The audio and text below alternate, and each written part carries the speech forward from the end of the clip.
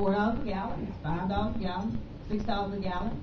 Because that's not my struggle now. So I pull up to the gas tank, and fill up. And I don't think anything else about it. It's just, I got gas and went on.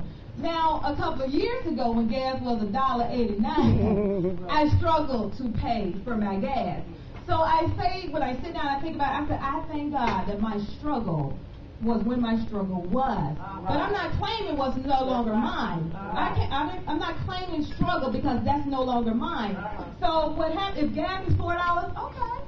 But that's no longer my struggle. So sometimes when we're just starting a business, we have to be appreciative that if I'm struggling right now, I'm glad that this time is my struggling time. Because while the economy is down, if you're struggling right now, this is the best time to be struggling. This is the ideal time to be struggling. Because this is your time to be learning everything that you want to do.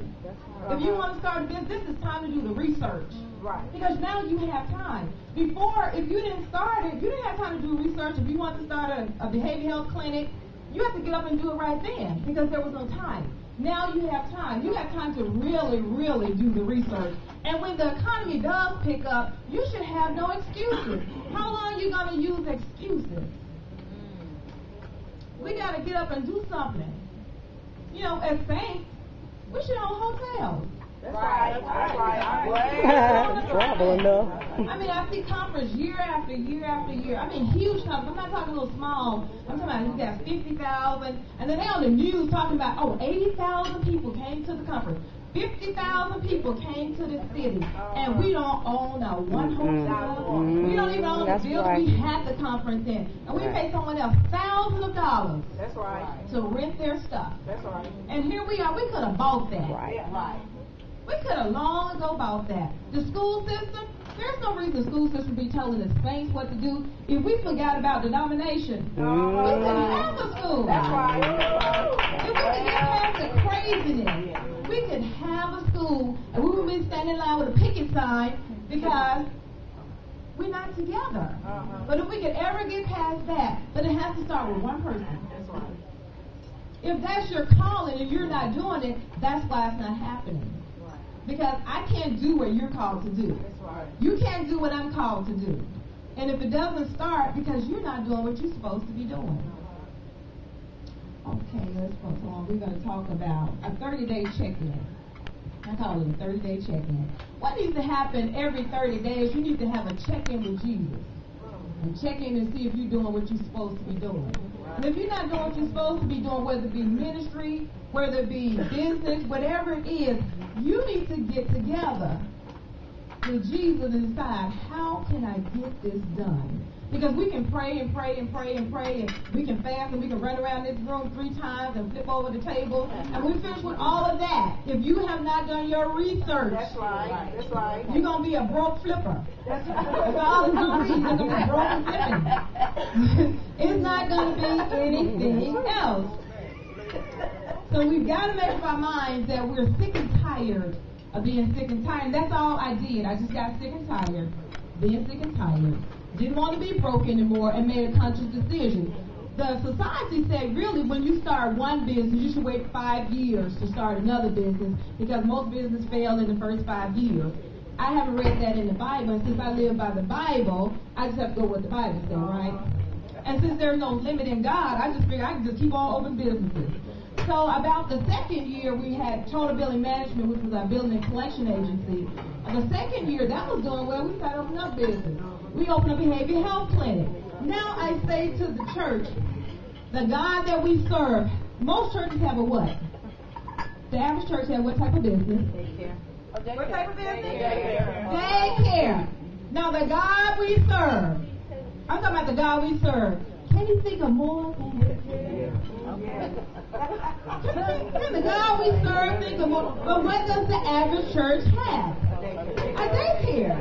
Now, why the church don't have a billing service? Why the church don't have a counseling service? Amen. Amen.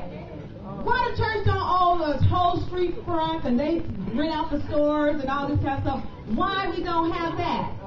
Because you know what? We follow somebody else's dream. We get attached to other people's dream. We see that their dream is working. But go out, start something original, and you make it work. How are you going to make that happen? Come on, I'm going to show you with my ball. Come on, can't you do my ball? What happens is we're not surrounded by the right people. Because if we ever get surrounded by the right people, they can change your life.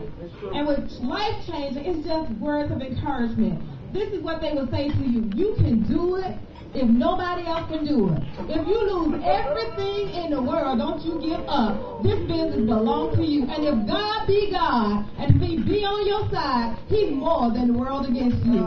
So this is who you become. But as long as you talk to negative people, they'll shrink you down. They kill you. I call them vampires. They're emotional vampires. They suck the life out of you. They suck the life out of your business. I don't know why you started that company. You know we're in a recession. What's wrong with you?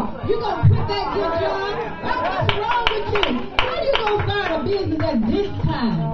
How you not going to start a business at this time? Because nothing is promised. I guarantee you, if you ask those 500,000 people that have lost their job in one day, they wish they had listened to the spirit realm and said, if I had started this business 4 years ago when God gave it to me, if we had not started this business 4 years ago when God gave it to us, and we didn't have a job, what in the world would we be doing? Because I could be out work, my husband could be out work, but on this day, we employ our entire family. Our entire family. And my husband decided, I'm going to close with this. It's not easy when you first start. I'm going to tell you about my husband. When I told my husband I was quitting my job and I wasn't going back, my husband and I just saw things a little bit different, okay? And I set everything up at the house, and turned the dining room into my office space. And he would be talking to his friends on the phone. He said, yeah, my wife doing a little something from home. He wasn't even calling a business. He was like, she's doing a little something from home. We were so broke at the time. He said, honey, whatever money you make, you can just keep that. That can be just your little spending money. I said, well, okay. And time went on, a couple of months. And the first check was $100, and then the second check was like $200, and we got up to $2,000, and then $3,000. But he wasn't seeing the check. And one day he comes home, and I'm too busy to go make a deposit in my account. So I give him a check, and I said, I need you to go make these deposits. And when he looked at the deposit slip, it was $10,000. He said, now you didn't tell me that you were making $10,000 a month. I said, no, you said me and my little something. And so time goes on, and I hear him talking on the phone again. And this time the conversation is different. He said, yeah, we're doing a little something around the house. Me and my wife done started a business.